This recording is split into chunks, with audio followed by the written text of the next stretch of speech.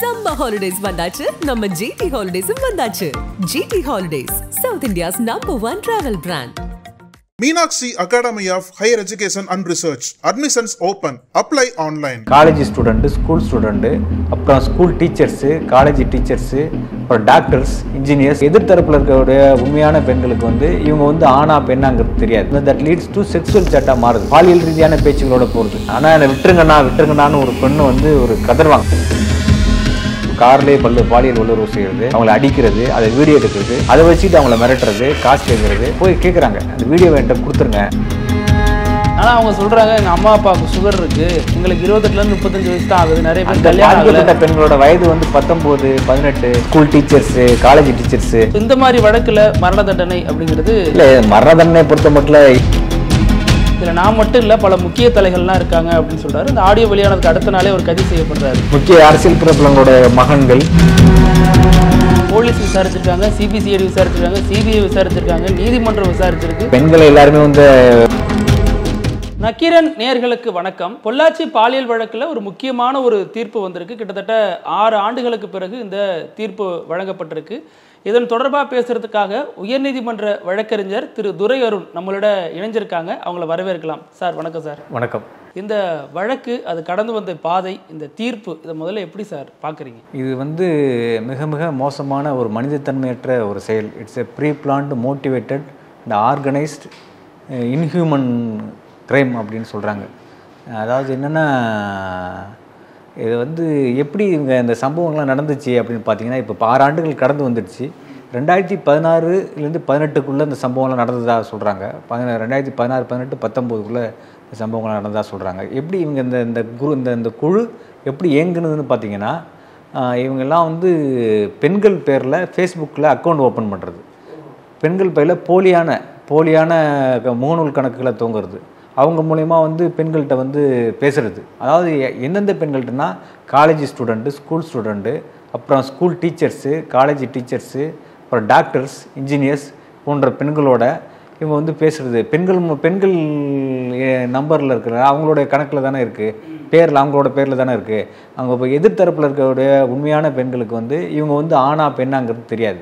இவங்க என்ன பண்ணுவாங்க, நார்மலாக பேச தூங்குறதுக்கு அப்புறம் அந்த சாட் எங்கே தட் லீட்ஸ் டு செக்ஸுவல் சாட்டாக மாறுது. பாலியல் ரீதியான பேச்சுகளோட போகிறது. பாலியல் ரீதியான பேச்சுகளோட தொடர்ந்துக்கிட்டு இவங்க என்ன அது தொடர்ந்ததுக்கு பிறகு அந்த உரையாடல்களை இவங்க ஸ்க்ரீன்ஷாட் எடுத்து வச்சுக்கிறாங்க. அந்த ஸ்க்ரீன்ஷாட்டை எடுத்து வச்சதுக்கு பிறகு தான் இவங்க என்ன பண்ணுறாங்க, இவங்களை யாருங்கிறத ரிவீல் பண்ணுறாங்க, அடையாளப்படுத்துகிறாங்க. நான் ஒரு பெண் கிடையாது, ஆண் அப்படின்னு சொல்லி அடையாளப்படுத்துகிறாங்க. அந்த பெண்ணுக்கு ஒரு பயம் வந்துடுது. ஆகா, என்னடா இந்த மாதிரி இப்படி ஒரு ஆண்கிட்ட போய் நம்ம இந்த அளவுக்கு பேசிட்டோமே அப்படின்னு சொல்ல அவங்களுக்கு ஒரு அச்சத்தை ஊட்டி அவங்களுக்கு அச்சப்படுறாங்க. அந்த அச்சத்தை இவங்க பயன்படுத்திக்கிட்டு என்ன பண்ணுறாங்க, நீங்கள் இந்த இடத்துல பாருங்கள் அப்படின்னு சொல்கிறாங்க. அவங்க எப்படி இந்த கேங் எப்படி ஆர்கனைஸ் ஆகுறாங்கன்னா, ஒரு காரில் இருந்திருக்காங்க. காரில் இருக்கிற போது என்ன பண்ணுறாங்கன்னா, அந்த சம்மந்தப்பட்ட பாதிக்கப்பட்ட பெண் வர்றபோது என்ன பண்ணுறாங்கன்னா, கார் உள்ள ஏற்றுறாங்க. கார் உள்ள ஏற்றுனதுக்கப்புறம் அவங்க என்ன பண்ணுறாங்க, சாதாரண பேச ஆரம்பிக்கிறதுக்கு முன்னாடியே செக்ஸுவலாக அவங்க ஃபிசிக்கலாக அப்யூஸ் பண்ணுறாங்க. அந்த அப்யூஸ் பண்ணுறத வீடியோ எடுக்கிறாங்க இன்னொருத்தவங்க. அந்த வீடியோ எடுக்கிற போது அந்த வீடியோ எடுத்துகிட்டு இவங்களை டார்ச்சர் பண்ணும்போது அந்த நேரத்தில் ஒரு வீடியோ வந்திருக்கு, அதை நீங்கள் கேட்டிருப்பீங்க. ஆனால் என்னை விட்டுருங்கண்ணான்னு ஒரு பெண்ணு ஒரு கதர்வாங்க. ஒரு காலேஜ் படிக்கக்கூடிய ஒரு பெண் அண்ணா என்னை விட்டுருங்கண்ணான்னு சொல்கிற போது கூட அந்த பொண்ணை விடாமல் மறுபடியும் பாலியல் வல்லுறவு செஞ்சுருக்காங்கன்னா, இது எவ்வளோ பெரிய மனிதத்தன்மையற்ற ஒரு செயல், நம்ம அதை புரிஞ்சுக்கணும். அது மாதிரி வீடியோ எடுக்கப்பட்ட பெண்களை மறுபடியும் அவங்க வரவழைச்சி பாலியல் வல்லுறவுக்கு பண்ணியிருக்காங்க. இது மாதிரி முகநூல் மூலமாக பழகி அவங்கள பாலியல் வல்லுறவு செய்து சலுகையோடு மட்டும் இல்லாமல் அதன் மூலமாக பல முறை அவங்கள நிர்பந்திக்கிறது, அதோடு மட்டும் இல்லாமல் அவங்கள்ட்ட பணம் பறிக்கிறது. இது மாதிரியான பாதிக்கப்பட்டவங்க பல பேர் பாதிக்கப்பட்டவங்க மனம் அவங்க விருப்பப்பட்டோ பாதிக்கப்பட்டோமேங்கிறத வெளியே கொண்டு வரணுங்கிறதுக்காக யாரும் புகார் தரல. நம்ம அந்த தீர்ப்பினோட முக்கிய சாராம்சமே கூட்டு பாலியல் ஒரே பலமுறை. ஆமாம், 376D. அதில் இவங்க என்ன பண்ணுறாங்கன்னா, குறிப்பாக வெல்னரபிளான யார் இந்த புகார் கொடுக்க மாட்டாங்க, பெரிய டாக்டராக இருக்கக்கூடியவங்க, ஸ்கூல் டீச்சர்ஸாக இருக்கக்கூடியவங்க, பெரிய அதிகாரிகள், உயர் அதிகாரிகள், அரசியல் பின்புலம் உள்ளவங்க, அவங்களாம் வந்து வெளியில் வந்து அந்த மானம் போய்டும் மரியாதை போய்டுன்றது பயந்துக்கிட்டு வரமாட்டாங்கங்கிறத அவங்களெல்லாம் பார்த்தா இவங்க என்ன பண்ணுறாங்க, இந்த குற்றவாளிகள் என்ன செய்கிறாங்கன்னா அணுகிறாங்க. அணுகிறதோடு மட்டும் இல்லாமல் பணம் பறிச்சிருக்காங்க, நிறையா பணம் பறிச்சிருக்காங்க. பணம் பறிச்சதோடு மட்டும் இல்லாமல் அந்த வீடியோ வந்து நாங்கள் வந்து சோசியல் மீடியாவில் சர்க்குலேட் பண்ணுறோம்னு சொல்லி மிரட்டுறாங்க. TN41 அட்டாக் பாய்ஸ்னு ஒரு வாட்ஸ்அப் குரூப்பே வச்சுருந்துருக்காங்க. அது மாதிரி வந்து இவங்க வந்து ஒரு அந்த ஆர்கனைஸ்டு கிரைம் இருக்கு இல்லையா, அந்த எல்லாரையும் வந்து ஒரு கட்டமைக்கப்பட்டு ஒரு இன்ஜினியர்டு கிரைம், இன்ஜினியர்டு அஃபென்ஸ்னு சொல்லுவாங்க, கட்டமைக்கப்பட்ட ஒரு குற்றத்தை அவங்க பண்ணியிருக்காங்க. அதாவது பிளான் பண்ணி திட்டமிட்டு குற்ற சதி பண்ணி இவங்களெல்லாம் வந்து அபியூஸ் பண்ணியிருக்காங்க. இவங்களெல்லாம் வந்து பாலியல் வல்லுறவு செய்திருக்காங்க. இதில் என்ன நம்ம பார்க்கணுன்னு கேட்டிங்கன்னா, இது மாதிரியான குற்றம் நடந்து போச்சு. இந்த மாதிரியான குற்றம் நடந்து போன போகிறதும் கூட இந்த காவல்துறை எப்படி நடந்துச்சு இந்த வழக்கில் அப்படின்றத நம்ம பார்க்கணும். காவல்துறை எப்படி நடந்துட்டாங்கன்னா, பாதிக்கப்பட்ட ஒரு பெண் பாதிக்கப்பட்ட இந்த வழக்கில் வந்து மணிகண்டன்கிற ஒரு குற்றவாளி வந்து உயர்நீதிமன்றத்துக்கு வந்து வழக்குக்கு வந்திருந்தார், ஜாமீன் கேட்டு வந்திருந்தார். அந்த மணிவண்ணன் வந்திருந்தார், மணி அலைஸ் மணிவண்ணன் நினைக்கிறேன். அவர் வந்து வழக்குக்கு வந்திருந்தார், ஜாமீன் கேட்டு உயர்நீதிமன்றத்தை நாடி இருந்தார். அப்போ நாங்கள் வந்து அங்கே உள்ள பொள்ளாச்சியை சேர்ந்த சமுதாய அமைப்புகளை வைத்து நாங்கள் வந்து இன்டர்வென்ட் பண்ணியிருந்தோம். இடையீட்டு மனு தாக்கல் செய்து அந்த மனுவில் வந்து உயர்நீதிமன்ற மூத்த வழக்கறிஞர் எங்கள் சீனியர் மூத்த வழக்கறிஞர் வைகை அப்பியர் ஆகிறதுக்கு வந்துட்டாங்க. அவங்க வராங்கன்னு தெரிஞ்சுக்கிட்டு அந்த மனுவை வந்து அந்த குற்றவாளியோட வழக்கறிஞர் வித்ரா பண்ணிட்டார். நீதிபதியோட சொன்னார், நீங்கள் வரீங்கன்னா இந்த வழக்கை வந்து வாபஸ் வாங்கிட்டாங்க, வித்ரா பண்ணிட்டாங்க, திரும்ப பெற்றுக்கிட்டாங்க அப்படின்னு சொன்னாங்க. அது மாதிரி வழக்கில் இது வரைக்கும் 2019 6 வருஷமாக எந்த ஜாமீனும் கொடுக்கப்படலை. அப்படி ஆமாம், கொடுக்கப்படலை. ஏன்னா இந்த மாதிரியான மூத்த வழக்கறிஞர்கள், பெண் வழக்கறிஞர்கள் இவங்க எல்லாமே வந்து எதிர்ப்பு தெரிவிக்கிறாங்க இல்லையா. அந்த நாங்கள் போய் கேட்டதுக்கு உடனே வந்து எந்த வித தொகையுமே கேட்காம இந்த வழக்குக்கான எந்த ஃபீஸ் வேணாம் அப்படின்னு சொல்லிட்டு அவங்களாவே பர்சனலாகவே இன்ட்ரெஸ்டாக வந்தாங்க மூத்த வழக்கறிஞர் வைகி. அந்த நேரத்தில் அவங்களுக்குலாம் வந்து நன்றி தெரிவித்துக் கொள்கிறோம். இல்லை இன்னொரு விஷயம் என்னன்னு கேட்டிங்கன்னா, இவங்க இந்த குரூப் எப்படி ஃபங்க்ஷன் ஆகிறாங்க அப்படின்னு தான் நம்ம இது எவ்வளோ ஒரு மோசமான ஒரு குழு.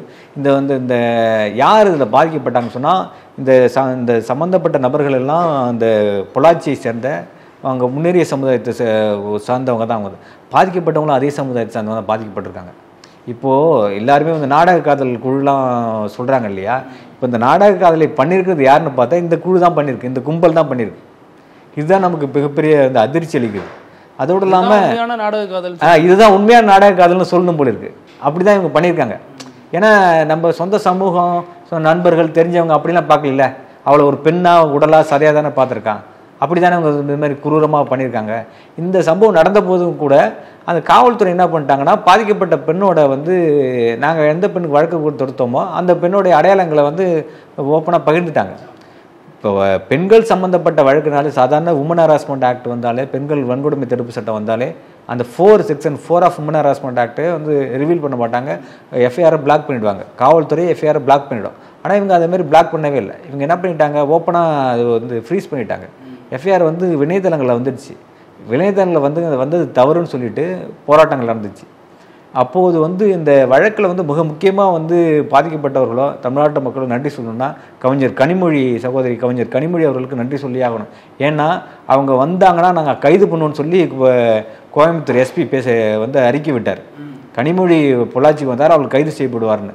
நான் வர்றேன், நீ கைது செய்து பாருன்னு சொல்லிட்டு பொள்ளாச்சிக்கு சென்று அங்கே வந்து இந்த வழக்கு வந்து சரியான முறையில் வந்து விசாரிக்கப்படணும், இந்த வழக்கை வந்து தவறான முறையில் போனால் நாங்கள் தொடர்ச்சியாக போராட்டங்களை செய்வோம், பாதிக்கப்பட்டவர் நீதி வேணும், என்னை விட்டுருங்கண்ணா அந்த பெண் கதறதை, அந்த கல்லூரி மாணவி கதறதுக்கு பிறகும் நாங்கள் பார்த்துட்டு இருக்க முடியாதுன்னு சொல்லிட்டு கோயம்புத்தூருக்கு போனாங்க, மிகப்பெரிய போராட்டம் நடத்தினாங்க. கூடுதல் தகவல் என்னன்னா, இந்த தகவலை தொடர்ந்து வெளியிட்டதுக்காக நக்கீரன் ரொம்ப கடுமையாக அரசால அடக்குமுறைக்கு உள்ளாக்கப்பட்டார். ஆசிரியர் சிபிசிஐடியால் கூட்டு வச்சு மிரட்டப்பட்டார் அப்படிங்கிறதும் அதில் ஒரு அதுதான். இது என்னன்னா, இதனால தான் வந்து இந்த வழக்கு ஏன் சிபிஐக்கு போணுச்சு, சிபிஐ விசாரித்து சிபிஐ நீதிமன்றத்தால் விசாரிக்கப்பட்டிருக்கு.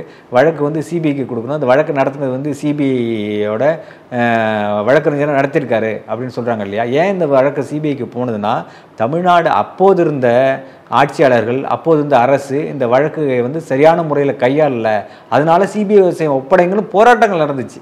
இப்போ வழக்கு தொடுத்தாங்க, போராட்டம் நடந்துச்சு. அதன் பிறகு தான் அந்த வழக்கு சிபிஐக்கு ஒப்படைக்கப்பட்டதை தவிர எடுத்தோன்னே வந்து அப்போது வந்து ஆட்சியாளர்கள் வந்து சிபிஐக்கு இந்த வழக்கை மாட்டலை. எடப்பாடி பழனிசாமி அதான் அறிக்கையில் சொல்றாரு, எங்களால தான் நாங்க தான் வந்து குற்றவாளிகளை கைது பண்ணோம், நாங்க தான் சிபிஐக்கு பரிந்துரை பண்ணோம் அப்படிலாம் சொல்றாரு. அப்படி சொல்லியிருந்தா இந்த மனு கொடுத்தான் இல்லைங்களா, ஒரு பெண் வந்து புகார் கொடுத்துருக்காங்க. அந்த பெண் அந்த ஏன் அந்த புகாரை வந்து இவங்க வெளியிட்டாங்கன்னு சொன்னீங்க பார்த்தீங்கன்னா, அந்த பெண் போய் கேட்குறாங்க, அந்த வீடியோ என்கிட்ட கொடுத்துருங்க, இந்த நாங்கள் சம்மந்தப்பட்ட வழக்கில், நாங்கள் போட்ட வழக்கில், நாங்கள் பதிவு செய்த வழக்கில் என்ன நடந்ததுன்னு கேட்டிங்கன்னா, அந்த பெண் வந்து ஃபேஸ்புக் மூலமாக பழகுறாங்க, பார்க்கணுன்னு சொல்கிறாங்க, பார்த்த பிறகு வந்து இந்த இடத்துல வந்துருங்கன்னு சொல்கிறாங்க. ஆனைமலை பக்கத்தில் தான் ஆனைமலை பக்கத்தில் இருக்கக்கூடிய ரெசார்ட்டில் தான் நிறைய இந்த மாதிரியான சம்பவங்கள் நடந்திருக்கு, குற்றச்சம்பவங்கள் நடந்திருக்கு. பெண்களை கூட்டிகிட்டு போகிறது, கார்லேயே வச்சு அவங்கள அபியூஸ் பண்ணுறது, கார்லேயே பாலியல் வல்லுறவு செய்கிறது, அவங்கள அடிக்கிறது, அதை வீடியோ எடுக்கிறது, அதை வச்சுட்டு அவங்கள மிரட்டுறது, காசு கேட்குறது, மறுபடியும் அவங்கள பாலியல் வல்லுறவு செய்கிறது, இது மாதிரியான சம்பவங்கள் திரும்ப அவங்க செஞ்சாங்க. இந்த குறிப்பிட்ட சம்பவத்தை மட்டும் நான் என்ன சொல்கிறேன்னா, அந்த மணிவண்ணன் அப்படின்ற அந்த அக்யூஸ்டு என்ன பண்ணுறாங்க பார்த்தீங்கன்னா, இவங்களை கூப்பிட்டு இந்த இடத்துக்கு வாங்கன்னு சொல்கிறாங்க. இந்த 19 வயதான அந்த கல்லூரி மாணவியை வந்து கூப்பிட்டு வந்து வண்டியில் ஏற்றி மிரட்டுறதோடு மட்டும் இல்லாமல் வீடியோ எடுத்துக்கிறாங்க, பாலியல் ரீதியான வல்லுறவு செய்கிறாங்க, அபியூஸ் பண்ணுறாங்க. அதை வீடியோ எடுத்துட்டாங்கன்னு சொல்லிட்டு இந்த பொண்ணு என்ன பண்ணுறாங்க, மறுபடியும் கேட்குறாங்க. கேட்டவங்க மறுபடியும் அந்த பெண்ணை வந்து அடிக்கிறாங்க. அதன் பிறகு வந்து அவங்க என்ன பண்ணுறாங்க, அது சம்மந்தப்பட்ட பெண் வந்து அவங்களோட சகோதரர் அவங்க அண்ணன்ட்ட வந்து சொல்கிறாங்க.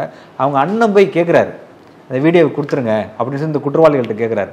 ஆனால் அந்த குற்றவாளிகள் என்ன செய்கிறாங்கன்னா, அவங்க இந்த சம்மந்தப்பட்ட பெண்ணோட அண்ணனை அடிக்கிறாங்க. அதில் சம்மந்தப்பட்டது தான் அப்போது உள்ள ஆட்சியாளர்களோட ஆதரவாளர்கள் அது சம்மந்தப்பட்டதாக சொல்லப்பட்டுச்சு. ஆனாலும் கூட அவர்கள் மீது இந்த நடவடிக்கை எடுக்கல. பல கட்ட போராட்டங்களுக்கு பிறகுதான் பார் நகராட்சி மேல அந்த பிரச்சனைக்கு பிறகு எந்த வழியுமே கிடைக்கல. இவன் வந்து வீடியோ அவங்க அண்ணன் போய் அந்த குற்றவாளிகள்கிட்ட வீடியோ கேட்குற போது இந்த குற்றவாளிகள் வந்து அந்த அவங்க சம்மந்தப்பட்ட பெண்ணோட அண்ணனை தாக்குறாங்க, அடிக்கிறாங்க. அவன் ரொம்ப மன உளைச்சல் உள்ளாக்கின பிறகுதான் இவங்க என்ன பண்ணுறாரு, இந்த பையன் போயிட்டு புகார் கொடுக்குறாரு. புகார் கொடுக்க போது தான் அந்த பிரச்சனையே வெளியே வருது, நியூஸ் ஆகிடுது. புகார் கொடுத்தா நியூஸ் ஆகுது, செய்தியாக்கப்பட்டு இது வந்து தமிழ்நாடு முழுக்க செய்தி பரவிய பிறகு தான் வந்து எல்லா எதிர்கட்சிகள்லாம் போராட ஆரம்பிச்சதுக்கு பிறகு வேறு வழி இல்லாமல் இந்த வழக்கு வந்து மாற்றி காவல்துறையிலேருந்து சிபிசிஐடிக்கு போய் சிபிசியிலேருந்து சிபிஐக்கு மாற்றப்பட்டது. இப்படி இந்த வழக்குன்னு போகாமல் இருந்ததுன்னா இன்றைக்கி இவர்கள்லாம் தண்டிக்கப்பட்டிருப்பார்களா அப்படின்னா இல்லை. ஆனாலும் கூட இந்த இவர்கள் தண்டிக்கப்பட்டிருந்தாலும் அப்போது வந்து உயர் அதிகாரத்தில் இருந்த சிலர் வந்து இப்போ தப்பிச்சிட்டாங்க, அவர்களை மட்டும் தப்பிச்சிட்டாங்க அப்படின்ற குரல் இன்னும் கேட்டுட்டு தான் இருக்குது. அந்த பெண்ணுடைய அண்ணா என்னை விட்டுருங்கண்ணான்னு சொன்ன அந்த குரல் நீதிமன்றத்தை கேட்டு இன்றைக்கி தீர்ப்பு கிடச்சிருக்கு. ஆனால் இன்றைக்கி தப்பிச்சிட்டாங்க, என்றைக்கா இருந்தாலும் இன்றைக்கி தப்பிச்சிருந்தாலும் அவங்களோட மனசு அவங்களை கொல்லும், அறம் அவங்களை வந்து கொல்லும் அப்படின்னு சொல்லுவாங்கள்ல. அவ்விய நெஞ்சத்தான் ஆக்கமும் செவ்வியான் கேடும் நினைக்கப்படும் சொல்லி வள்ளுவர் சொல்லியிருக்காரு. இன்றைக்கி அது நினைக்கப்பட்டுருச்சு. செவ்வியான் நல்லவங்க வந்து கெட்டு போனால் வந்து யாரும் பார்த்துக்கிட்டு இருக்க மாட்டாங்க, அறம் அவங்களுக்கு சரியான முறையில் தண்டனை கொடுக்கும் அப்படின்னு சொல்லியிருக்காங்க. இன்றைக்கி செவ்வியான் கேடு நினைக்கப்பட்டுருச்சு, இங்கே எல்லாருக்கும் தண்டனை கிடச்சி போச்சு. சரிங்களா? இது உச்சநீதிமன்றம் வரைக்கும் போனாலும் இவங்களுக்கு தண்டனை தான் உறுதி தான் செய்யப்படுமே தவிர இந்த நிலையிலேருந்து அவங்க விடுதலையெல்லாம் ஆகிட போகிறதுக்கான வாய்ப்புகளுக்கு இல்லை. இல்லை, இது நிறைய பேர் என்ன சொல்கிறாங்கன்னா, இப்போ அந்த குற்றவாளிகள் தரப்புலேயே அடுத்து உயர்நீதிமன்றம் போகிறதா சொல்லி அறிவிச்சிட்டாங்க. ஒருவேளை உயர்நீதிமன்றம் உச்சநீதிமன்றம் போனாங்கன்னா ரொம்ப செல்வாக்கான ஆட்கள் அவங்க போனாங்கன்னா அங்கே வலிமையான வாதத்தை முன் வச்சு இவங்க வெளியில் வர்றதுக்கு வாய்ப்பு இருக்குங்கிறாங்க. அதில் வந்து அந்த எந்த நீதிமன்றமும் வந்து இதுமாரி பாலியல் வழக்குகளில் ஏனோதான தீர்ப்பு வழங்காது. ஏனோதான தீர்ப்பு வழங்குறதுக்கான வாய்ப்புகளும் கிடையாது.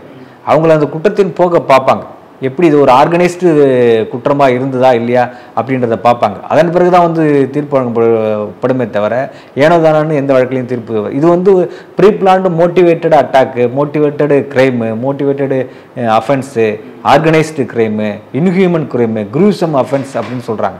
அப்படி இருக்கும்போது இந்த வழக்கெல்லாம் வந்து ரேரஸ்ட் ஆஃப் ரேர் கேஸ்ன்னு சொல்கிறாங்க இல்லையா, ரேரஸ்ட் ஆஃப் ரேர் கேஸ் தான் இது.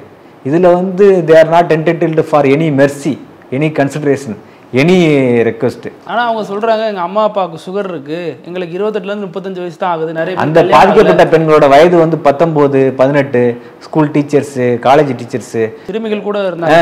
இதில் இன்னொரு விஷயம்னு பார்த்தீங்கன்னா, totally 48 witnesses were examined, none of them turned hostile அப்படின்னு சொல்கிறாங்க. இப்போ 48 சாட்சிகள் விசாரிச்சிருக்காங்க, ஒருத்தர் கூட பிறர் சாட்சியாக மாறல. ஒரு வழக்கு சிதைஞ்சு போகிறதுக்கு, ஒரு வழக்கு வந்து நிரூபணமாக்காமல் போகிறதுக்கு என்ன காரணமாக இருக்குன்னு கேட்டிங்கன்னா, பிறர் சாட்சியாக மாறுவாங்க. நாங்களே பல வழக்குகள் என்ன நடக்குன்னு பார்த்தீங்கன்னா, சாதாரண வந்து ஃபோனை ஸ்நாச் பண்ணிட்டு செயின் ஸ்நாச் பண்ணிட்டு போகிறோம் இல்லையா, அந்த வழக்கில் கூட எல்லாருமே வந்து நான் பார்க்கல, போலீஸே வந்து அவங்களே வந்து என்னோட ஸ்டேட்மெண்ட் எடுத்துகிட்டு போயிட்டாங்க, நான் இப்போ பார்க்கவே இல்லை, இந்த கையெழுத்து என்னது இல்லை, நான் போடவே இல்லை, எங்கிட்டேருந்து 161 ஸ்டேட்மெண்ட்டு எங்கிட்டேருந்து வாங்கவே இல்லை, அவங்களே எழுதிக்கிட்டாங்க, அவங்களே கையெழுத்து போட்டாங்க அப்படின்லாம் சொல்லுவாங்க. இந்த வழக்கை பொறுத்த மட்டும் இல்லை, இந்த 48 சாட்சிகளும் வந்து சரியான முறையில் வந்து சாட்சியம் அளிச்சிருக்காங்க, ஒருத்தர் கூட பிறர் சாட்சியாக மாறல. அதே வகையில் வந்து scientifically electronic evidence scientifically proved beyond த டவுட்ஸ் அப்படின்னு சொல்லியிருக்காங்க. அந்த பெண் கதற வந்து ஆடியோ இருக்கு இல்லைங்களா, அது வந்து ப்ரூவ் பண்ணப்பட்டிருக்கு. அந்த 64B சர்டிஃபிகேட் படி அவங்க வந்து கொடுத்து அதை வந்து ப்ரூவ் பண்ணியிருக்காங்க. அதை வந்து ட்ரையலில் வந்து அதை ப்ரூவ் பண்ணியிருக்காங்க. அதுதான் வந்து மிக முக்கியமாக பார்க்கப்படுது. இது மாதிரி முறைப்படி நடத்தப்பட்ட ஒரு வழக்கில் வந்து இவங்க வந்து விடுதலை வாங்கிடுவாங்கன்னு நினைக்கலாம். அது அசம்ஷன் ப்ரிசம்ஷனில் எது வேணாலும் சொல்லலாம். வந்து உயர்நீதிமன்றம் வந்து இவங்களை எல்லாருமே வந்து விடுதலை செஞ்சிருமா அப்படின்னு சொன்னால் அது வந்து எதிர்பார்ப்புகளுக்கு நம்ம பதில் சொல்ல முடியாது. இது மாதிரியான வழக்குகளை உச்சநீதிமன்றம் திரும்ப திரும்ப சொல்லியிருக்கு. இது மாதிரியான வழக்குகளை வந்து நீங்கள் வந்து you have to give utmost care for these kind of cases அப்படின்னு சொல்லியிருக்காங்க. அதனால் இந்த வழக்கெல்லாம் வந்து ஏனோதானோன்னு எடுத்துக்க மாட்டாங்க. முறைப்படி எந்த நீதிமன்றமாக இருந்தாலும் வந்து முறைப்படி விவாதிக்கப்படும். அவங்க என்ன உயர்நீதிமன்றத்தில் என்ன பேசுவாங்க, வழக்கு வாதிக்க எடுத்ததுக்கு பண்ணால் மறுபடியும் வந்து அந்த குற்றவாளிகள் எல்லாம் போய் விசாரிக்கப்பட போகிறதில்ல, ட்ரையல் நடத்த போகிறதில்ல. இல்ல மறுபடியும் இந்த பெண்கள் வந்து விசாரிக்கப்படுவாங்க அப்படின்லாம் சொல்ல அப்படிலாம் வந்து உயர்நீதிமன்றத்துக்கு அதுக்கான வாய்ப்புகளே கிடையாது. இங்க வந்து கொஸ்டின் ஆஃப் லா வந்து எந்த சட்டத்தின் அடிப்படையில் எந்த அடிப்படையில் அவங்க வந்து விடுதலை செய்யப்பட்டிருக்காங்க, எந்த அடிப்படையில் அவங்க வந்து குற்றவாளி ஆக்கப்பட்டிருக்காங்க, எந்த அடிப்படையில் அவங்களுக்கு வந்து தண்டனை கொடுக்கப்பட்டிருக்கு, அவங்களுக்கு சாட்சியங்கள் சரியான முறையில் விசாரிக்கப்பட்டதான் தான் பார்ப்பாங்களே தவிர அவங்களுக்கு சாட்சிகளை விசாரிக்கிறதுக்கான எந்த ப்ரொவிஷனும் கிடையாது. உயர்நீதிமன்றத்திலே உச்சநீதிமன்றத்திலே கிடையாது. இங்க வந்து 8 பெண்களை மூடப்பட்ட அறையில ரகசியமா விசாரிச்சாங்க. இப்ப ஹைகோர்ட்டுக்கு இந்த கேஸ் போனுச்சுன்னா மறு விசாரணைக்கு உட்படுத்துறப்ப மீண்டும் இந்த மறு விசாரணைக்கு அதெல்லாம் பண்ணவே மாட்டாங்க. அதாவது வந்து உயர்நீதிமன்றத்தில் கொஸ்டின் ஆஃப் லா சட்டத்தை தான் பார்க்கப்படுமே தவிர சரியான முறையில் தண்டனை கொடுக்கப்பட்டிருக்கா, சாட்சிகள் சரியாக விசாரிக்கப்பட்டிருக்காங்களா அப்படின்னு தான் பார்ப்பாங்களே தவிர சாட்சிகளை விசாரிக்கிறது பொறுத்த மட்டும் it's completely about trial court. அங்கே அந்த வேலையே கிடையாது. ஆனால் இது ஒரு செய்தியாக சொல்லி அது சட்டத்தை நீதிமன்ற நடவடிக்கைகளை பற்றி தெரியாதவங்க சொல்லுவாங்க. இது எல்லாமே வந்து சாட்சிகளை விசாரிக்கிறது, எவிடன்சஸை வந்து இப்போ சரி பார்க்குறது, அதை வந்து ஆய்வுக்கு உட்படுத்துறது, எல்லா ரிசர்ச் ஒர்க்குமே வந்து ட்ரையல் கோர்ட்லேயே முடிஞ்சிடும். ஒன்லி கொஸ்டின் ஆஃப் லா சட்டத்தினுடைய சரியான முறையில் வந்து உங்களுக்கு வந்து தண்டனை வழங்கப்பட்டது முறைப்படி வழங்கப்பட்டதா, சட்டப்படி வழங்கப்பட்டிருக்கா, அதில் ஏதாவது லேக்கிங்ஸ் இருக்கா, அதில் குறைபாடு இருக்கா அப்படின்னு மட்டும் பார்க்குறது தான் இவங்களோட உயர்நீதிமன்றத்தோட வேலை. அது வந்து அந்த ஒவ்வொரு செயின் ஆஃப் லிங்க் இருக்கான்னு பார்ப்பாங்க. எலக்ட்ரானிக் எவிடன்ஸ் வந்து ப்ரூவ் பண்ணியிருக்காங்க இல்லையா, அது சரியா தவறா அப்படின்னு சொல்லி பார்ப்பாங்க. விட்னஸஸ் எல்லாம் சரியான முறையில் வந்து கொடுத்துருக்காங்களா, முன்னுக்கு பின் முரண்பாடு இருக்கா, ஒரு விட்னஸுக்கும் ஒரு சாட்சிக்கும் இன்னொரு சாட்சிக்கும் இடையில ஏதாவது முரண்பாடு இருக்கா, மாற்றி சொல்லியிருக்காங்களா அப்படின்னு சொல்லி பார்ப்பாங்க. எஃப்ஐஆர்லேருந்து சார்ஜ் ஷீட்லேருந்து ஏதாவது குளறுபடி இருக்கா அப்படின்னு சொல்லி பார்ப்பாங்க. இதெல்லாம் தான் உயர்நீதிமன்றத்தில் நடக்குமே தவிர சாட்சிகளை விசாரிக்கிறதுக்கான எந்தவித வாய்ப்புகளும் வந்து உயர்நீதிமன்றத்துக்கு கிடையாது. சட்டப்படி அதுக்கான வாய்ப்புகள் கிடையாது. இதில் இன்னொரு விஷயம் என்ன சொல்கிறாங்கன்னா, என்ன சில பெண்கள் கூட சமூக வலைத்தளங்கள் என்ன எழுதுறாங்க அப்படின்னா, இந்த பெண்கள் ஏன் வந்து அவங்கள நம்பி போகிறாங்க, இவங்க ஏன் போகிறாங்க அப்படின்னா இவங்க பாதிக்கப்பட்டவங்களே குற்றவாளியாக மாத்திர ஒரு கருத்துருவாக்கம்லாம் நடந்துட்டு இருக்குது. அது ஆண்டாண்டு காலமாக அது இருக்கிறது தானே. இப்போ பெண்கள் எல்லாருமே வந்து லிபரலாக இருக்கிறது இல்லை. பெண்கள் இல்லைப்பா, ஆணாதிக்க சிந்தனையே பெண்கள்கிட்ட தானே அதிகமாக இருக்குது. இது வந்து இப்படி தான் உட்காரணும், இப்படி தான் பண்ண ட்ரெஸ் பண்ணணும், இப்படி தான் நீங்கள் உடை கொடுத்துணும், இப்படி தான் பெண்ணுன்னா இப்படி தான் இருக்கணும்னு சொல்கிறதே பெண்கள் தான் சொல்கிறாங்க இல்லையா. அதே போல் தான் இந்த விஷயத்துலையும் வந்து ஏன் நீங்கள் அங்கே போனீங்க, ஏன் நீங்கள் வந்தீங்க அப்படின்னு கேட்குறாங்க. அந்த துணிச்சலோட அந்த தைரியத்தோட அந்த ஒரு பெண் வந்து புகார் கொடுத்தாங்க இல்லையா, அதுதான் வந்து நம்ம வந்து கருத்தில் எடுத்துக்கணுமே தவிர ஒரு பெண் போல் இது அவங்க இப்படி எழுதுகிறவங்களுக்கெல்லாம் இந்த குற்றவாளிகள் வந்து பெண் பெயரில் போலியான கணக்கு துவங்கி போலியான ஃபேஸ்புக் அக்கௌண்ட் ஓப்பன் பண்ணி அதன் மூலமா அவங்களோட பெண்களாகவே பழகி அவங்கள்ட்ட வந்து பாலியல் ரீதியான அந்தரங்கங்களை வந்து யார்கிட்ட வேணாலும் பகிர்ந்துக்க முடியாதுல்ல. சில பெண்கள்ன்ற நம்பிக்கையில் அவங்க வந்து பகிர்ந்துக்கிறாங்க. அந்த பகிர்ந்துக்கிறது அதை வந்து மிஸ்யூஸ் பண்ணி இப்படி ஒரு அவங்களுக்கு வந்து தொல்லை கொடுக்கறது, தொந்தரவு கொடுக்கறது, அவங்களோட வந்து வாழ்க்கைக்கு வந்து அச்சுறுத்தலாக மாறுவாங்கன்னு அவங்க எதிர்பார்த்துருக்க மாட்டாங்கல்ல. இது மாதிரியான குற்றவாளிகள் மீது அவங்க பண்ண குற்றத்தை வந்து தவறுன்னு சொல்வதுக்கு பாதிக்கப்பட்டவங்களை குற்றவாளி ஆக்குறதுங்கிறது ஏற்புடையதல்ல. இப்போ இவங்களுக்கு சட்ட ரீதியான வாய்ப்புகள் என்ன சார்? இப்போ அடுத்து ஹைகோர்ட் போவாங்கன்னு ஒரு சொல்றாங்க. ஹைகோர்ட் போவாங்க. ஹைகோர்ட் தான் வெளியில வரதுக்கான வாய்ப்பெல்லாம் உண்டா? வெளியில வரதுக்கான வாய்ப்பே கிடையாது. அது பரவலில் வருவாங்க. அவங்க வீட்டில் யாராவது இறந்து போயிட்டாங்கன்னா தேவைகள் இருக்குது, ஒரு திருமண நிகழ்ச்சி இருக்குது, வேறு ஏதாவது ஒரு நிகழ்ச்சி இருக்குது, அத்தியாவசிய நிகழ்ச்சி இருக்குன்னு சொன்னால் வருவதற்கான வாய்ப்புகள் உண்டு, பரவல் கொடுப்பாங்க. அதுலேயும் வந்து ரேரஸ்ட் ஆஃப் ரேர் கேஸ்கள் தரமாட்டாங்க. ஏதாவது ஓகே வேறு வழியே இல்லை, ரொம்ப நாள் நீண்ட காலமாக இருக்கும்போது கொடுப்பாங்க. அது ஹியூமானிட்டி அடிப்படையில் அது பார்க்கலாம், அது வந்து கொடுக்கறதுக்கான வாய்ப்புகள் இருக்குன்னு வச்சுக்கோங்களேன்.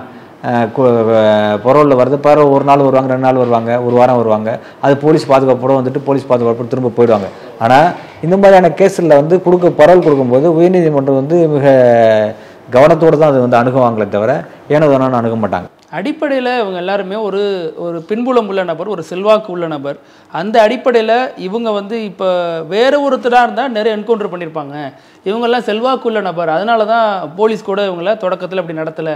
இதே இந்த இடத்துல ஒரு மாற்று சமூகம், அதாவது தலித் சமூகத்தை சார்ந்த யாராவது ஒருத்தவங்க இருந்துட்டாங்கனாலே இந்நேரம் அவங்க கதை முடிஞ்சிருக்கும். அப்படி பார்க்குறது வந்து சரியாக இருக்காது. அதாவது வந்து அவங்களோட குற்றவாளிகளுக்கு வந்து உரிய வகையில் வந்து தண்டனை கொடுக்கப்பட்டுடுச்சு. இதில் வந்து மற்ற சமூகத்தை சேர்ந்தவங்க வந்து என்கவுண்டர் பண்ணியிருப்பாங்க. அது மாதிரி வந்து எல்லா குற்றத்துக்கும் வந்து அவங்க சமூக பின்புலத்தை வந்து சொல்கிறது வந்து சரியாக இருக்காது. ஏன்னு கேட்டிங்கன்னா, இந்த வழக்கை பொறுத்த மட்டும் குற்றவாளிகளுக்கு உரிய முறையில் தண்டனை இல்லை, லைஃப் இம்ப்ரெசன்மெண்ட்டே கொடுத்துட்டாங்க. Life imprisonment which means imprisonment till death, till their last breath அப்படின்னு சொல்லி தான் எல்லா ஜட்ஜ்மெண்ட்லையும் சொல்லுது. இம்ப்ரெசன்மெண்ட் லைஃப் இம்ப்ரெசன் 14 ஆண்டுகள், 15 ஆண்டு, 16 அப்படிலாம் கிடையாது. டில் தேர் லாஸ்ட் பிரீத் அப்படின்னு சொல்லியிருக்காங்க. கடைசி அவங்க உயிர் போகிற வரைக்கும், கடைசி மூச்சு இருக்க வரைக்கும் அவங்க வந்து சிறையில் இருந்தால் ஆகணும். அதுதான் அந்த தண்டனையோட நோக்கம். தண்டனையோட கொடுக்கப்பட்டதோட விதம், தண்டனையோட சட்டப்படியான 376D அதுதான் சொல்லுது. அந்த அடிப்படையில் தான் அவங்களுக்கு கொடுப்பாங்க, தண்டனை கொடுக்கப்பட்டிருக்கு.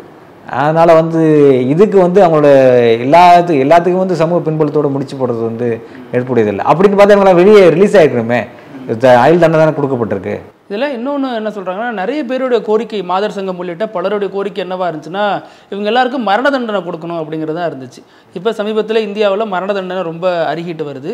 ஸோ இந்த மாதிரி வழக்கில் மரண தண்டனை அப்படிங்கிறது இல்லை, மரண தண்டனை பொறுத்த மட்டும் இருவேறு கருத்துக்கள் இருக்குது. ஒரு தண்டனை வந்து an eye for an eye, teeth for a teeth, the whole world will be blind அப்படின்னு சொல்லி காந்தி சொல்லியிருக்காரு. கண்ணுக்கு கண் பல்லுக்கு பல்லுன்னு சொன்னால் அந்த உலகமே இருளாகிடும். எனவே வந்து மரண தண்டனை என்பது, தூக்கு தண்டனை என்பது ஏற்புடையதல்ல. அது வந்து இந்த நாட்டிலேருந்து வந்து அப்புறப்படுத்த வேண்டியது ஒரு தண்டனை அப்படின்னு சொல்லியிருக்காங்க. பல நாடுகள், 100க்கும் மேற்பட்ட நாடுகள் வந்து இன்றைக்கி மரண தண்டனையை வந்து இல்லாமல் பண்ணிட்டாங்க. அவங்க தீர்மானம் எட்டி சட்டம் கொண்டு வந்துட்டாங்க. இந்தியா போன்ற ஜனநாயக நாடுகளில் வந்து மரண தண்டனை வந்து கொடுக்கப்படுறதுங்கிறது ஏற்புடையதில்லை. ஏன்னு கேட்டிங்கன்னா, மரண தண்டனைக்கு எதிராக பேசுகிறதா நினைக்கலாம். என்னென்னா ஒரு தண்டனைங்கிறது வந்து punishment must B A medicine அப்படின்னு ஜூரிஸ்ப்ருடன்ஸ் சொல்லுது. Every punishment must B A medicine சொல்லுது. ஒரு தண்டனை என்பது மருந்தாக தான் இருக்கணும். ஒரு குற்றவாளி என்பதும் ஒரு நோயாளியை பார்க்கணும் அப்படின்னு சொல்கிறாங்க ஜூரிஸ்ப்ருடன்ஸ். அதான் சட்டவியல் அதான் சொல்லுது. அது மாதிரி வந்து ஒரு குற்றவாளிங்கிறதும் ஒரு நோயாளி, அவனுக்கு என்ன கொடுப்பீங்க? ஒரு குற்றவாளிக்கு என்ன கொடுக்கணும்னா மருந்து தானே கொடுக்கணும்.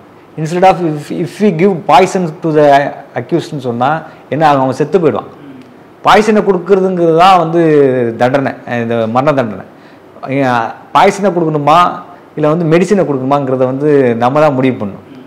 இந்த சமூகம் தான் முடிவு பண்ணணும். அந்த அடிப்படையில் வந்து இங்கே வந்து அவங்களுக்கு வந்து பாலியல் குற்றவாளிகளுக்கு வந்து இது மாதிரி தண்டனை கொடுத்து அவன் அடுத்தவங்களுக்கு இந்த தண்டனை மூலமாக என்ன எதுக்கு இப்படி ஒரு தண்டனை கொண்டு வருது, எதுக்கு இப்படி ஒரு ஆக்ட் கொண்டு வராங்க, எதுக்கு prohibition of woman harassment act போகிறாங்கன்னா அது மாதிரி அவங்களுக்கு வந்து தொல்லை கொடுக்கக்கூடாது, பாலியல் ரீதியான தொந்தரவு கொடுக்கக்கூடாது, தொல்லை கொடுக்கக்கூடாதுங்கிறது இப்படி சட்டத்தை கொண்டு வராங்க. இந்த மாதிரியான தண்டனை அதே மாதிரி மற்றவங்க யாரும் அவங்களுக்கு வந்து தொல்லை கொடுக்கக்கூடாது, தொந்தரவு கொடுக்கக்கூடாது, பாலியல் வல்லுறவு கொடுக்கக்கூடாது என்பதற்காகத்தான் இப்படி ஆபத்த தண்டனைகள் கொடுக்கப்படுது. இதன் மூலமாக என்ன செய்வாங்க, நாளைக்கு எந்த பெண்ணாவது நம்ம வந்து அபியூஸ் பண்ணோம்னா நமக்கு இது மாதிரியான ஒரு தண்டனை கொடுத்துருவாங்க அப்படின்ற ஒரு அச்சம் வரும் இல்லையா, அதுக்கு தான் அப்படி கொடுக்கப்படுறது. மனமாற்றம் தான் நடைபெறணுமே தவிர அவன் செத்து போயிட்டானா என்ன ஆகும்? ஒன்றுமே ஆகாதில்ல. நான் செஞ்சது தவறு அப்படிங்கிறத ஒருத்தன் உணர்ற வைக்கிறது தான் ஒரு தண்டனையோட அதோட உச்சபட்ச இது தன்மை. அது மாதிரி தான் இந்த சட்டவியல்னு சொல்லுது. இப்போது இங்கே கொடுக்கப்பட்டிருக்கிறது வந்து மெடிசன் மாதிரி தான் நான் நினைக்கிறேன். என்னை பொறுத்த மட்டும் என்ன நினைக்கிறேன்னா, இப்போ every punishment must be medicine தான், அது மெடிசனாக தான் இருக்கணும்னு நினைக்கிறோம். அதுதான் சட்டவியல் சொல்லுது. அந்த அடிப்படையில் தான் கொடுக்கப்பட்டிருக்கு. ஏதோ ஒரு தண்டனை வந்து டெத் சென்டென்ஸ் கொடுக்கறது மூலமாக அவனுக்கு தூக்கில் போடுறது மூலமா அது பாய்சனை கொடுத்து கொல்றதுக்கு சரியாகும். குற்றவாளிகள் ஒரு நோயாளி எப்படி திருத்தப்படணுமோ அப்படி தான் வந்து தண்டனை இருக்கணுமே தவிர மாறா வந்து விஷமாக இருக்கக்கூடாது. இதில் சார் இன்னொன்று என்ன சொல்கிறாங்கன்னா, இவங்க அடுத்து இதனோட மேல்முறையீட்டுக்கு போனாங்கன்னா இதிலேருந்து முற்றுமுழுதாக விடுதலையாகாமல் வேணா இருக்கலாம், ஆனால் இந்த ஆயுள் தண்டனையெல்லாம் குறைக்கிறது சட்டத்தில் இடம் இருக்குது அப்படின்லாம் சொல்கிறாங்க. அது அசம்ப்ஷன் ப்ரிசம்ப்ஷன் நம்ம சொல்ல முடியாது. இது மாதிரி ரேரஸ்ட் ஆஃப் ரேர் கேஸை எப்படி டீல் பண்ணணும்னு சொல்லி சுப்ரீம் கோர்ட் சொல்லியிருக்காங்க. எலக்ட்ரானிக் எவிடன்ஸ்லாம் ப்ரூவ்டு பியாண்ட் த டவுட் அப்படின்னு சொல்லியிருக்காங்க. அதோடு மட்டும் இல்லாமல் விட்னஸஸ் எல்லாம் சரியாக சொல்லியிருக்காங்க. நன் ஆஃப் தம் டென்ட் ஹாஸ்டில், யார் ஒருத்தர் கூட வந்து பிறல் சாட்சியாக மாறல, சரியான முறைப்படி விசாரிக்கப்பட்டிருக்கு. சிபிஐ சரியான முறையில் வழக்கு நடத்தியிருக்காங்க. அந்த அடிப்படையில் வந்து இந்த குற்றவாளிகள்லாம் தப்பிக்கிறதுக்கோ தண்டனை குறையிறதுக்கான வாய்ப்புகள் இல்லை. 4 ஆயுள் தண்டனை கொடுத்துருக்காங்க. 1 குறைஞ்சா கூட பாக்கி 2 ஆயுள் தண்டனை இருக்கு இல்லையா? அப்போ உள்ள இருந்து தானே ஆகணும். அதான் imprison means till his last breath, till their last breath அப்படின்னு சொல்லியிருக்க போது they must be in prison தானே, அவங்க சிறையில் தானே இருந்தாகணும். இதில் இந்த குற்றவாளிகளில் ஒருத்தர் திருநாவுக்கரசு வந்து இந்த வழக்கில் கைதாகிறதுக்கு முன்னாடி ஒரு ஆடியோ வெளியிடுறாரு. இதில் நான் மட்டும் இல்லை, பல முக்கிய தலைகள்லாம் இருக்காங்க அப்படின்னு சொல்கிறாரு. இந்த ஆடியோ வெளியானதுக்கு அடுத்த நாளே அவர் கைது செய்யப்படுறாரு. ஆனாலும் இது குறித்து வேறு சில முக்கிய தலைகள் அதான் நான் சொன்னேன் இல்லையா, அதான் நான் சொன்னேன்ல, பெண்களோட படங்களோடய இருந்த முக்கிய அரசியல் பிரபலங்களோட மகன்கள், இன்னும் எவ்வளோ பேர் அரசியல் தொடர்புடையவங்க வந்து கைது செய்யப்படவே இல்லையே, கைது செய்யப்படலை, அவங்களுடைய வந்து தப்பிச்சிட்டாங்க அப்படின்ற குரல் இன்னைக்கு கூட பொள்ளாச்சியில் கேட்குது. இப்போது கூட பொள்ளாச்சியில் கேட்டு இன்னைக்கு கூட ஒரு பேரணி நடந்திருக்கு, போராட்டங்கள் நடந்திருக்கு. இது மாதிரியான வந்து தப்பிச்சவங்க வந்து ராஜினாமா செய்யணும் அப்படின்லாம் சொல்லி போராட்டங்கள் நடந்துட்டு தானே இருக்கு. மேலே எப்படி சார் போலீஸ் விசாரிச்சிருக்காங்க, சிபிசிஐடி விசாரிச்சிருக்காங்க, சிபிஐ விசாரிச்சிருக்காங்க, நீதிமன்றம் விசாரிச்சிருக்கு, இத்தனையும் தாண்டி தப்பிக்கிறாங்கன்னா அது எப்படி? அதான் அது அந்த நேரத்தில் வந்து அந்த அந்த அரசு இருந்தது இல்லையா, அப்போ வந்து அரசு வந்து சரியில்லைன்னு தானே வழக்கு சிபிஐக்கு போணுச்சு. அப்போது அந்த வழக்கு வந்து சரியான முறையில் விசாரிக்கப்பட்டிருந்தால் அவங்களாம் வந்து சிறைக்கு போயிருப்பாங்க, அவங்களாம் காப்பாற்றப்பட்டிருக்காங்க. சிபிஐயும் வந்து அதை வந்து எப்படி அதை அணுகுனாங்க அப்படின்றது தெரியல. அந்த முதல்லேருந்து அவங்களெல்லாம் யார் மீதெல்லாம் குற்றச்சாட்டப்பட்டதோ அந்த லிங்க் இருக்கும் இல்லையா, ஒவ்வொரு வழக்குக்கும் இவங்களுக்கு தொடர்புடைய லிங்க் இருக்கும். அந்த லிங்க்கு டிஸ்கனெக்ட் பண்ணிட்டாங்க, அதை வந்து துண்டிச்சிட்டாங்க அப்படின்னா எந்த காவல்துறையும் எவ்வளோ பெரிய என்ஐஏ வந்தாலும் அதை வந்து ட்ரேஸ் அவுட் பண்ண முடியாது. ஏதோ வந்து அவங்க வந்து அவங்களுக்கான அந்த அரசியல் பிரபலங்களுடைய மகன்கள், அரசியல் பிரபலங்களுடைய தொடர்பு வந்து துண்டிக்கப்பட்டிருக்கு. அதன் மூலம் தான் அவங்களால கண்டறிய முடியல, இந்த வழக்கில் அவங்களால சேர்க்க முடியல. ரொம்ப நன்றி சார், உங்க நேரத்துக்கும் கருத்துக்கும் ரொம்ப நன்றி. நன்றி. நக்கீரன் டிவிக்கு சப்ஸ்கிரைப் செய்யுங்கள். உங்கள் ஆதரவே எங்கள் பலம். ஆசிரியர்களுக்கு நண்பனாகவும் மாணவர்களுக்கு ஆசானாகவும் திகழும் தேர்வு வழிகாட்டி. ஒவ்வொரு பாடத்திற்கும் அனுபவமிக்க ஆசிரியர்களின் துல்லியமான தெளிவான விடைகள். CNC இருக்கு, தேர்வு பயம் எதற்கு? இது தீரன் பப்ளிஷிங் ஹவுஸ் விற்பனை வெளியீடு.